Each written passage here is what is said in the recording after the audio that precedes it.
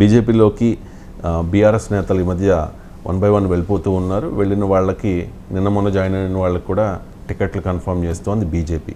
ఈ నేపథ్యంలో మహబూబ్ నగర్ నుంచి టికెట్ ఆశించి భంగపడ్డ జితేందర్ రెడ్డిని సీఎం రేవంత్ రెడ్డి కలిశారు. బీజేపీ నుంచి కాంగ్రెస్లోకి వెళ్ళే అవకాశం ఉందా అంటే బీఆర్ఎస్ నుంచి బీజేపీలోకి వస్తూ ఉన్నారు, కానీ బీజేపీలోంచి కాంగ్రెస్ పార్టీలోకి వెళ్ళడం ఏంటి అంటే ఆయన క్లారిటీ ఇవ్వలేదు ఇప్పటి వరకు వెళ్తున్నాను అని. అంటే ఇక్కడ ఇది ఒక పార్టీ నుంచి ఇంకో పార్టీకి ఏదో ట్రెండ్ లాగా చెప్పలేము. మనకు కొన్నమో ట్రెండ్ ఉంటుంది, కొన్నమో ఇండివిజువల్ ఇండికేషన్స్ ఉంటాయి. మీరు అసెంబ్లీ ఎన్నికలప్పుడు కూడా చూశారు, బీజేపీలోకి వచ్చారు, బీఆర్ఎస్లోకి వచ్చారు, కాంగ్రెస్లోకి వచ్చారు. అన్ని పార్టీలోకి నాయకులు వచ్చారు, అన్ని పార్టీల నుంచి కూడా నాయకులు పోయారు. సో అందువల్ల స్పెసిఫిక్ ఎగ్జాంపుల్స్ ఒకటి ఉండొచ్చు, ఓవరాల్ ట్రెండ్ ఒకటి ఉండొచ్చు. మనకు ఓవరాల్ ట్రెండ్ కనుక చూస్తే ఈ అసెంబ్లీ ఎన్నికల తర్వాత పార్లమెంట్ ఎన్నికల సమయం వరకు కూడా బీఆర్ఎస్ నుంచి మాత్రం నాయకులు పోతున్నారు. బీజేపీ నుంచి పోయిన వారు తక్కువ, కాంగ్రెస్ నుంచి పోయిన వారు చాలా తక్కువ. పోరని అనలేదు, ఎందుకంటే ఇది నేను ఇంతకుముందు చెప్పినట్లు ఓవరాల్ ట్రెండ్ ఒకటి ఉంటే స్పెసిఫిక్ కాన్స్టిట్యున్సీ వైజ్గా స్పెసిఫిక్ జిల్లా వారీగా ట్రెండ్ కూడా ఉంటుంది. ఉదాహరణకు మీకు మహబూబ్ నగరే తీసుకుంటే అక్కడ జితేందర్ రెడ్డి, డీకే అరుణ పోటీ పడ్డారు. సో ఇద్దరు బలమైన నాయకులు, ఇద్దరికి డీకే అరుణ మాజీ మంత్రి, జితేందర్ రెడ్డి బీఆర్ఎస్లోనే పార్లమెంటరీ పార్టీ నాయకుడు, బీజేపీలో కూడా నేత, అన్ని రకాల హంగులు వనరులు ఉన్న నేతలు. సో అందులో ఇద్దరిలో ఒక్కరికే టికెట్ ఇవ్వగలుగుతారు, ఇద్దరికైతే ఇవ్వలేరు. సో అందువల్ల ఆటోమేటిక్గా డీకే అరుణకు టికెట్ వచ్చింది. ఇందులో ఇంకో ట్విస్ట్ కూడా ఉంది. డీకే అరుణ వ్యూహాత్మకంగా అసెంబ్లీ ఎన్నికల్లో పోటీ చేయకపోగా బీసీని ముఖ్యమంత్రి చేస్తామని పార్టీ ప్రకటించింది కనుక గద్వాల నుంచి బీసీని పెట్టండి అని పిలిపించారు. అసలు విషయం ఏంటంటే అసెంబ్లీ ఎన్నికల్లో పోటీ చేసి ఓడిపోతే ఆ పోటీలో కాన్స్టిట్యున్సీ లెవెల్లో పోటీలో తను అప్పర్ హ్యాండ్ పోతుంది అన్నది డీకే అరుణ ఆలోచన. అట్లని చెప్పి అసెంబ్లీ ఎన్నికలలో పోటీ ఓడిపోయిన ఈటల రాజేందర్, బండి సంజయ్, ధర్మపురి అరవింద్లకు సీట్లు రాలేదంటే వచ్చాయి, కానీ అక్కడ ఈ స్థాయిలో పోటీ అన్ని చోట్ల ఉండకపోవచ్చు. సో అందువల్ల మహబూబ్ నగర్కి వచ్చే వరకు డీకే అరుణ వర్సెస్ జితేందర్ రెడ్డి మొదటి నుంచి పోటీ సీటుకు. జితేందర్ రెడ్డి కొడుకు పోటీ చేసి ఓడిపోయాడు, డీకే అరుణమో వ్యూహాత్మకంగా పోటీ చేయలేదు. అందువల్ల ఒక ఎమ్మెల్యేని గెలిపించుకోలేదు, ఈ విమర్శ కూడా ఉంటుంది కదా. సో కారణాలు ఏదైనా డీకే అరుణ ప్రివేల్ అయింది, జితేందర్ రెడ్డికి టికెట్ రాలేదు. సహజంగానే టికెట్ రానప్పుడు పక్క చూపులు చూడడం మొదలు పెడతారు. జరిగేది అదే. మీకు ఎగ్జామ్ హాల్లో చూడండి, స్టూడెంట్ ఎగ్జామ్ రాస్తూ ఉంటాడు. నేను 100 ఎగ్జామ్స్ చూసిన వాడిగా చెప్తున్నా. ఆన్సర్ వచ్చిన వాడు అసలు తలపైకి లేపడం, ఇలా రాసుకుంటూనే అయిపోతుంటాడు. ఇక ఆన్సర్ రానివాడు ఆడు చూస్తుంటాడు, ఇటు చూస్తుంటాడు, ఇంకా టైం ఎప్పుడైపోతుంది, ఏదైనా చిట్టి దొరుకుతుందా, లేకపోతే పక్కోడు ఏమైనా కనబడుతుందా, మధ్యలో 5-15 నిమిషాలకు ఒకసారి వాష్రూమ్ ఉంటాడు. సో సీట్ వచ్చిన ఆన్సర్ వచ్చిన అసలు ఏది చూడడు, ఇదే పని చేస్తూనే ఉంటాడు. సో అందువల్ల టికెట్ వచ్చిన వాళ్ళు క్యాంపెయిన్లో ఉంటారు, టికెట్ రాని వాళ్ళు ఏం చేయాలి, పక్క చూపులు చూస్తూ ఉండాలి. సో ఇది జరుగుతున్నది ఆ మహబూబ్ నగర్ వరకు. అందువల్ల ఇది ఓవరాల్గా బీజేపీ నుంచి పెద్ద ఎత్తున నేతలు కాంగ్రెస్లోకో ఇంకో పార్టీలోకో వలస వెళ్తున్నారని అనుకోండి. అందుకే మనకు ఓవరాల్ ట్రెండ్ చూస్తే బీఆర్ఎస్ నుంచి ఎంతమంది వెళ్ళారంటే వాళ్ళ లిస్ట్ చాలా పెద్దగా కనబడుతుంది. సో వాళ్ళు వెళ్ళడమే కాదు, వాళ్ళు అభ్యర్థులుగా మారుతున్నారు. సిట్టింగ్ ఎంపీలు, మాజీ ఎంపీలు, మాజీ ఎమ్మెల్యేలు ఒక క్యూ కట్టారు మీకు బీఆర్ఎస్ నుంచి. ఆ ట్రెండ్ అంటే అసెంబ్లీ ఎన్నికల సమయంలోనైనా కాస్త ఓవర్లాపింగ్ ట్రెండ్ కనబడింది. అంటే బీజేపీలోకి వచ్చిన వాళ్ళు ఉన్నారు, పోయిన వాళ్ళు ఉన్నారు, కాంగ్రెస్లోకి వచ్చిన వాళ్ళు ఉన్నారు, పోయిన వాళ్ళు ఉన్నారు, బీఆర్ఎస్లోకి వచ్చిన వాళ్ళు ఉన్నారు, పోయిన వాళ్ళు ఉన్నారు.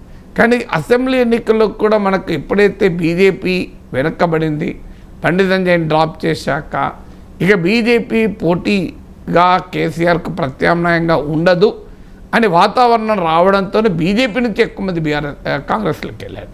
ఆ సమయంలోనే విజయశాంతి, రాజగోపాల్ రెడ్డి, ఎన్ఎం శ్రీనివాస్ రెడ్డి, మీకు వీళ్ళందరూ కూడా వివేక్ వెంకటస్వామి ఆ టైంలోనే వెళ్ళిన వాళ్ళు. సో అందువల్ల ఒక పొలిటికల్ ట్రెండ్ను సూచించడం కన్నా కూడా ఇది కాన్స్టిట్యున్సీ లెవెల్ ట్రెండ్నే సూచిస్తుంది. ఎందుకంటే ఇప్పుడున్న పొలిటికల్ ట్రెండ్ అయితే బీఆర్ఎస్ నుంచి బీజేపీలోకి, కాంగ్రెస్లోకి వెళ్ళడమే ఇప్పుడు డామినెంట్ ట్రెండ్. దీనికి కారణం ఏంటి అంటే అసెంబ్లీ ఎన్నికల ఫలితాలు, ఆ తర్వాత వచ్చిన రాజకీయ పరిణామాలు. అసెంబ్లీ ఎన్నికల ఫలితాల్లో కాంగ్రెస్ అధికారంలోకి రావడం, కాంగ్రెస్ పార్లమెంట్ ఎన్నికల్లో కూడా బెటర్ పర్ఫామ్ చేస్తుంది అని వివిధ సర్వేలు, గ్రౌండ్ లెవెల్ నుంచి వస్తున్న వార్తలు, మీకు 10 సీట్లు వస్తాయా లేదా కాంగ్రెస్ వాళ్ళైతే 14 అంటున్నారు. సో ఈ ట్రెండ్ ఇదంతా కనబడుతుంది. కాంగ్రెస్ నుంచి ఎందుకు వెళ్తారు? రాష్ట్రంలో అధికారంలో ఉంది, పార్లమెంట్ ఎన్నికల్లో బెటర్ పర్ఫామ్ చేయొచ్చు.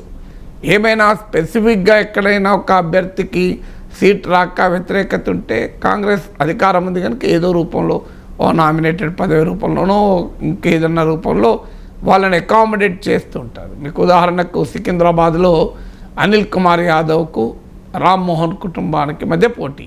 అండ్ రామ్మోహన్ బీఆర్ఎస్ నుంచి వచ్చిన మాజీ మేయర్, అనిల్ కుమార్ యాదవ్ రాజ్యసభ సభ్యుడితో ఆ పోటీ పోయింది. అలాగే మీకు రేణుకా చౌదరి ఖమ్మంలో, తర్వాత వి హనుమంతరావు, అలాగే బట్టి విక్రమార్క సతీమణి, వీళ్ళందరి మధ్య పోటీ ఉంది. సో రేణుకా చౌదరి రాజ్యసభ సీట్ రావడంతో ఆమె ఆ పోటీ నుంచి నిష్క్రమించినట్లయింది. మల్లు రవి సంపత్ల మధ్య నాగర్ కర్నూల్కు పోటీ. మల్లు రవికి ఢిల్లీలో రాష్ట్ర ప్రతినిధిగా క్యాబినెట్ హోదా ఇచ్చారు. అఫ్కోర్స్ ఆయన దానికి రాజీనామా చేసి ఎంపీగానే చేస్తా అంటున్నారు.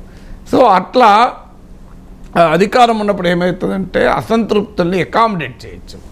రాష్ట్రంలో అధికారం, కేంద్రంలో అధికారం ఉన్నంత ఈజీ కాదు. సో అందువల్ల కాంగ్రెస్ పార్టీ నుంచి ఎవరు వెళ్ళే స్కోప్ లేదు. ఇక భారతీయ జనతా పార్టీ ఏంటంటే 7% ఉన్న ఓటింగ్ కాస్త 14% అయింది. లోక్సభ ఎన్నికల్లో ఇంకా పెరుగుతుంది.